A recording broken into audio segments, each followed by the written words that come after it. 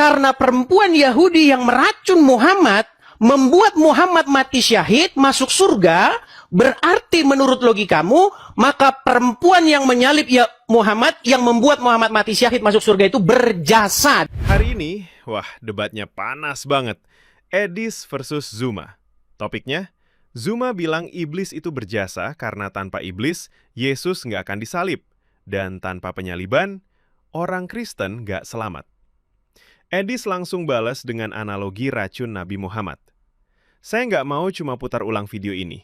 Saya akan potong di beberapa titik, kasih komentar, kasih ayat Alkitab, Al-Quran, sama hadis, biar kalian sendiri yang nilai.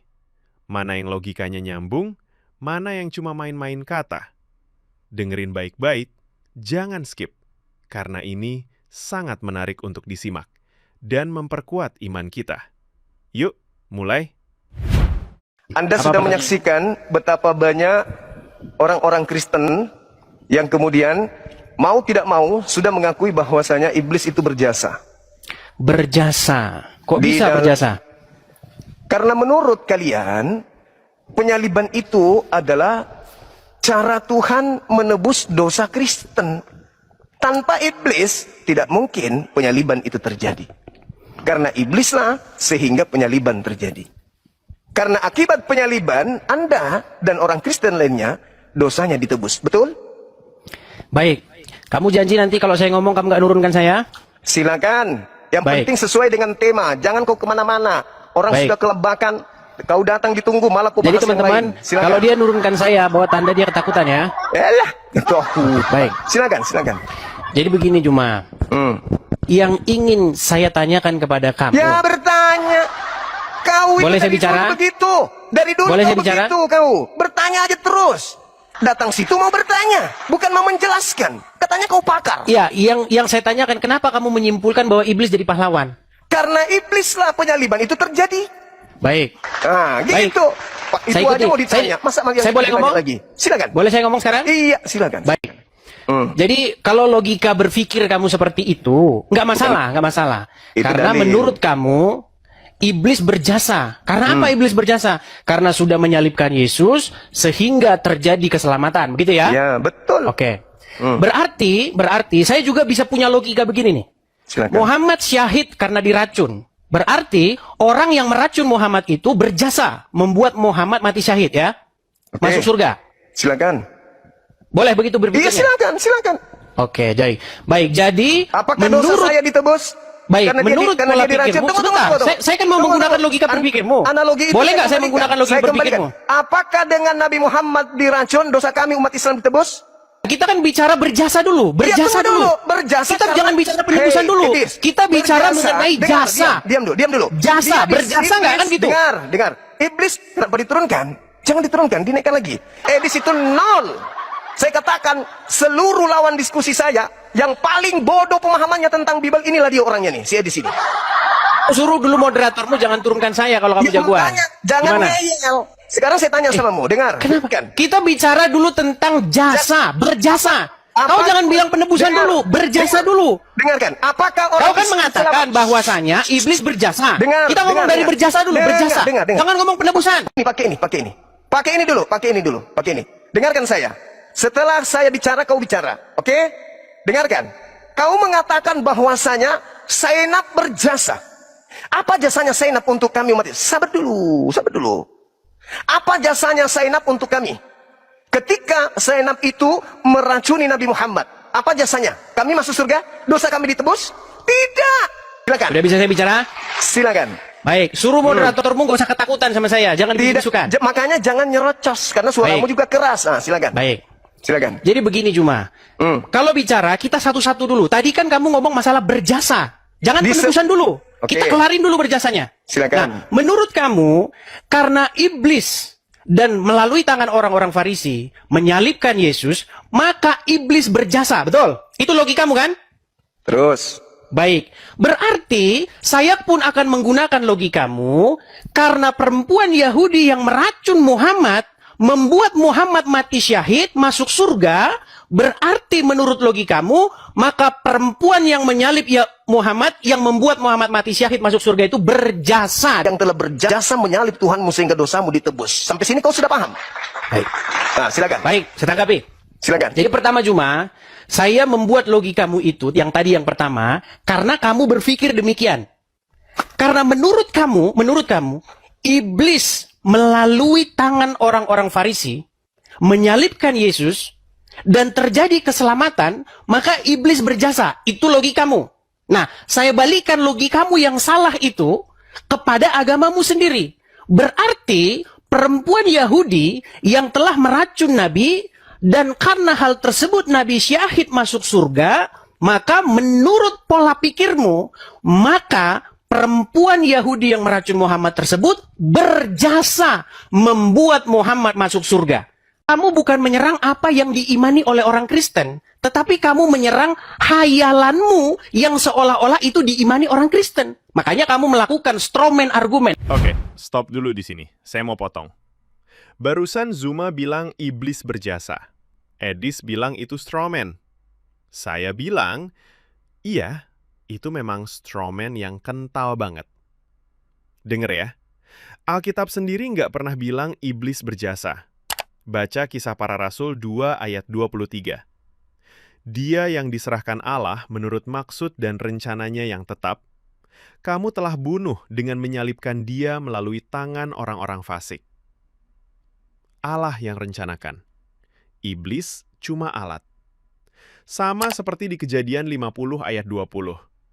Yusuf bilang ke saudara-saudaranya, kamu bermaksud jahat, tapi Allah bermaksud baik. Jadi, orang Kristen nggak pernah bilang, makasih ya iblis. Itu cuma logika yang dipaksain. Sekarang soal analogi Edis soal perempuan Yahudi yang meracun Nabi Muhammad. Memang ada hadisnya. Sahih Bukhari 2617, Sahih Muslim 2992. Nabi Muhammad sendiri bilang, racun itu yang bikin beliau syahid. Tapi, di Islam, kematian Nabi itu nggak menebus dosa umat. Al-Quran 53 ayat 38-39 jelas. Seseorang tidak memikul dosa orang lain. Manusia hanya dapat apa yang dia usahakan. Jadi analoginya, pincang. Jangan samain dua sistem yang beda total. Kamu menyerang argumen kamu sendiri. Dengarkan, keselamatan itu bukan terjadi di penyaliban. Keselamatan itu terjadi pada kesetiaan dan ketaatan Tuhan Yesus kepada Bapa di surga. Makanya, oleh karena ketaatan satu orang, perhatikan ini poinnya, biar kau nggak nyerang argumenmu sendiri. Kau nggak menyerang Kristen, kau menyerang hayalanmu. Dengarkan, jadi yang menebus kami, ya, yang membenarkan kami itu adalah karena Yesus setia dan taat sampai mati di kayu salib. Gantian. Silakan. Jadi yang menyelamatkan kami adalah Silakan. karena Yesus setia. Kamu baca di dalam 2 Korintus. Suruh nanti mau 5. datang, jangan turunkan saya ya. 1 Korintus 15 nomor 7 kamu baca. Ya silakan baca. Tanpa kebangkitan, sia-sialah imanmu, dan kamu masih hidup di dalam dosa. Jedar! Tanpa kebangkitan, berarti tanpa penyaliban. Tidak mungkin bangkit tanpa disalib. Kalau cuma taat doang Yesusnya, taat, maka kamu masih tetap hidup di dalam dosa. Kamu keahlianmu itu memanipulasi keadaan. Jangan kau bawa di depanku, saya nggak pakai. Satu hal yang perlu kau sampaikan samamu, ini sudah ketiga kalinya aku bilang. Satu hal yang perlu kau sampaikan samamu, ini sudah ketiga kalinya aku bilang. Yang diselamatkan di sini bukan Nabi Muhammad, bukan Yesus, tapi kamu sebagai orang Kristen. Kamu tidak akan selamat kalau Yesus tidak disalib. Harus disalib dulu supaya kamu diselamatkan. Nah, sekarang siapa pelaku penyaliban ini? Kamu sendiri menjawab, iblis. Jangan ingkari itu. Iblis yang menyebabkan penyaliban terjadi. Dengan kata lain, iblis berjasa atas keselamatan kalian. Coba Anda baca di dalam kitab yang saya sajikan. 2 Korintus 5, nomor 21. Yesus yang tidak mengenal dosa telah dibuatnya menjadi dosa karena Kristen. Itu dalil. Anda akui itu. Jangan Anda tidak mengakui itu. Tanpa iblis, dosa Kristen tidak ditebuskan. Ingat, kamu sendiri mengakui dan viral bahwa rekayasa iblislah sehingga penyaliban itu terjadi. Tanpa iblis, dosa Kristen tidak ditebuskan. Ingat, kamu sendiri mengakui dan viral bahwa rekayasa iblislah sehingga penyaliban itu terjadi. Apa akibatnya? Pertumpahan darah. Setelah penumpahan darah, Kristen diselamatkan. Nah, maukah Anda mengatakan bahwa tanpa penyaliban, orang Kristen bisa selamat? Baik. Kasih Jawab dalil. ya. Kasih dalil, Baik. silakan. Baik, terima kasih. Jadi kalau mau diskusi yang bagus cuma. Selama diskusinya motifnya Jangan bagus. ajarkan saya, jangan ajarkan saya. Tenang. Boleh saya sekarang bicara? Ya, silakan. Saya sekarang nggak boleh bicara? Jangan bikin gerakan tambahan, diskusi aja. Baik. Diskusi aja. Baik, dia ketakutan dia. Baik. Loh, Jadi cuma apalah poin ketakutan? Yang lihat takut tuh, kalian itu lihat yang sendiri lari bagaimana keluar. dia takut kalau saya ngomong kan. Bilang, jangan Tadi dia bikin bicara gerakan saya diam. tambahan. Diam. Tadi dia bicara saya diam. Diam, Edis, diam. Saya bilang, jangan bikin gerakan tambahan. Kita diskusi aja. Sudah cukup Kamu bicaranya? yang lari ke luar negeri karena kau yang takut. Sudah cukup bicaranya? Ya sudah, jangan bikin gerakan tambahan, oke? Sudah bisa saya sekarang bicara? Janji nggak bikin gerakan tambahan? Oke, baik. Fokus Oke, kita. gitu dong. Nah, silakan. Karena kamu takut kalau saya ke situ. Lah, Baik. itu gerakan tambahan lagi. Udah bisa Siapa sekarang yang saya bicara? takut? Itu yang lari ke luar negeri itu yang takut. Ku bilang jangan. Udah bisa sekarang bikin saya bicara? Jangan bikin gerakan tambahan, ku bilang. Sudah bisa bicara sekarang? Jangan bikin gerakan tambahan. Baik. Jadi poin Itu pertama bahwa silakan. iblis berjasa, logika jomplangnya Juma sudah saya patahkan. Logika jomplangnya Juma sudah saya patahkan.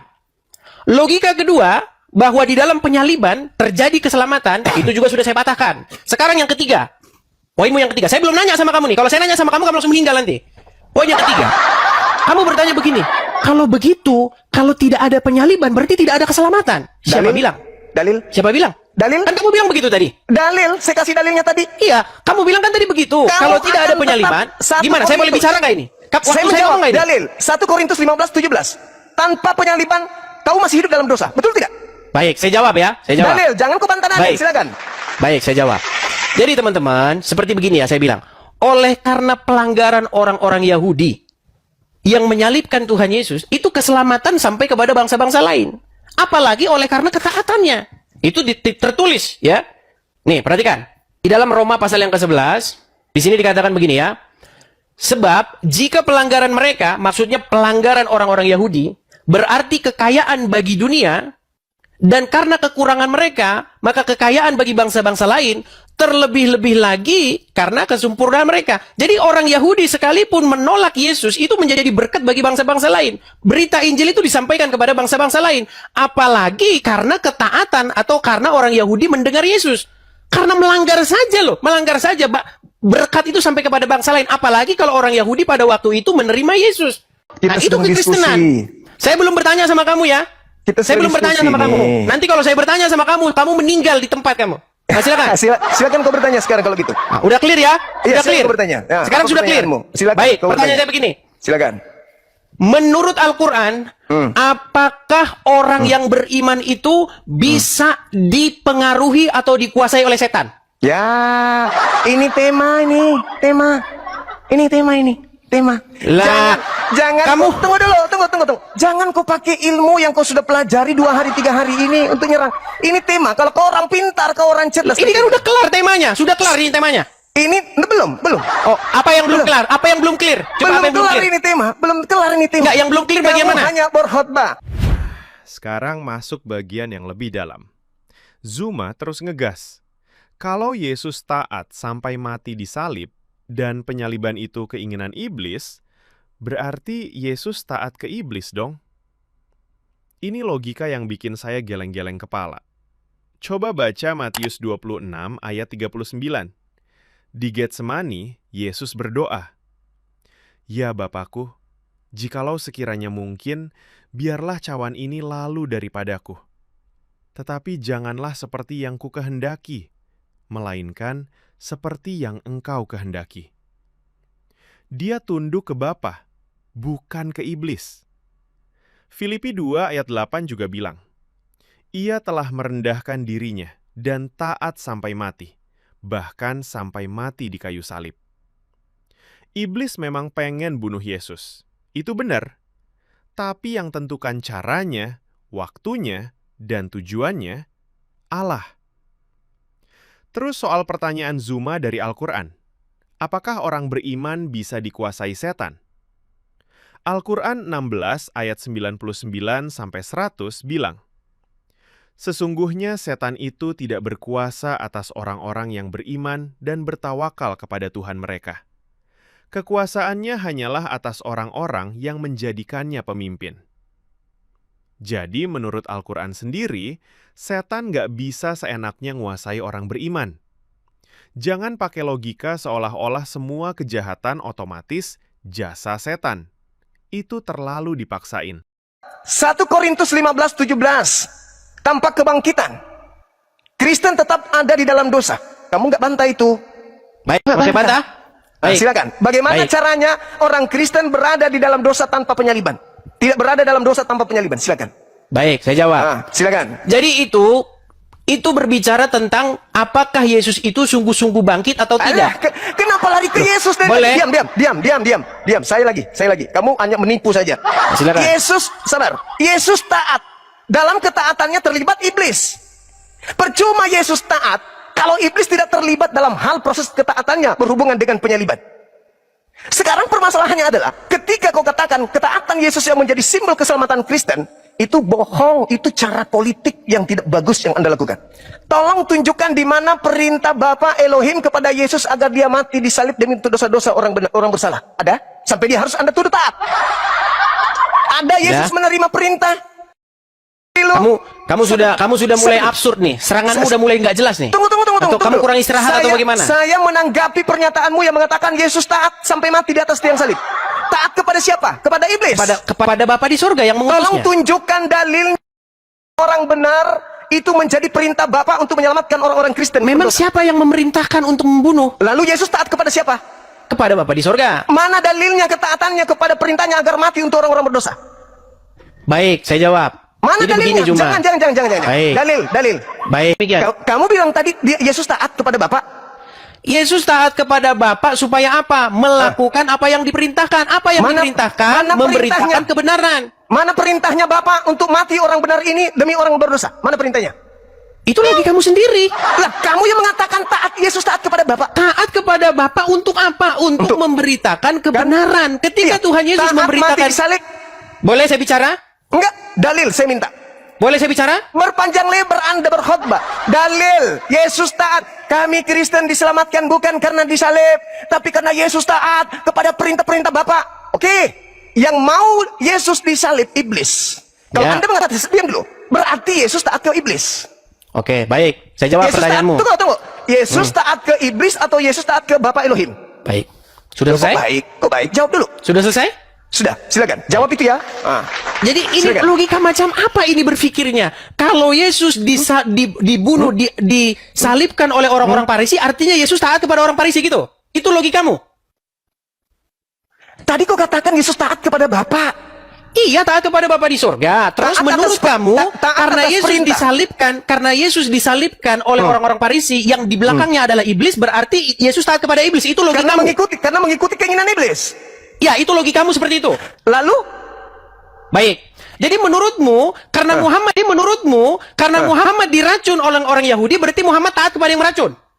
Gitu. Siapa yang mengatakan bahwa Nabi Muhammad taat kepada orang yang diracun? Kan logikamu seperti itu. Menurut Anda yang logikamu, mengatakan tadi bahwasanya logikamu gimana? Cara Saudara pikirmu itu loh. Edis, Pola Saudara Edis, pikirmu diam. itu bagaimana? Di depan saya kau nggak laku. Cara-caramu yang menipu umat Islam awam itu nggak laku bagi saya, Dis. Kau sudah tahu saya. Itu udah tukang bisu-bisukan Kamu moderatormu itu. kenal saya. Kenapa Diam. moderatormu ketakutan tukang bisu-bisukan? Diam. Saya yang perintahkan. Diam. Ketakutan dia kalau saya ngomong. Saya Coba. perintahkan. Dengarkan saya. Dengarkan saya, Edis. Dengarkan saya. Mumpung kau lagi di Silakan. luar negeri. Bebas kau berhujat. Dengarkan. Silakan. Kamu membantah keselamatan Kristen karena salib. Dengan mengatakan, Yesus itu, kami Kristen tidak selamat karena salib. Tapi karena ketaatan Yesus terhadap perintah Bapa. Sedangkan kamu sendiri mengakui, penyaliban itu keinginan iblis. Yesus taat terhadap salib. Yesus taat terhadap iblis. Kau ingin membantah itu? Boleh. Tapi tunjukkan di mana Bapak mau Yesus disalib orang benar, mati untuk menebus orang bersalah. Bapak perintahkan itu di mana? Jangan kau putar lidah. Ingat, kau lagi berhadapan dengan saya, bukan dengan umat awam. Oke. Silakan. Sudah, bisa saya jawab? Silakan. Baik.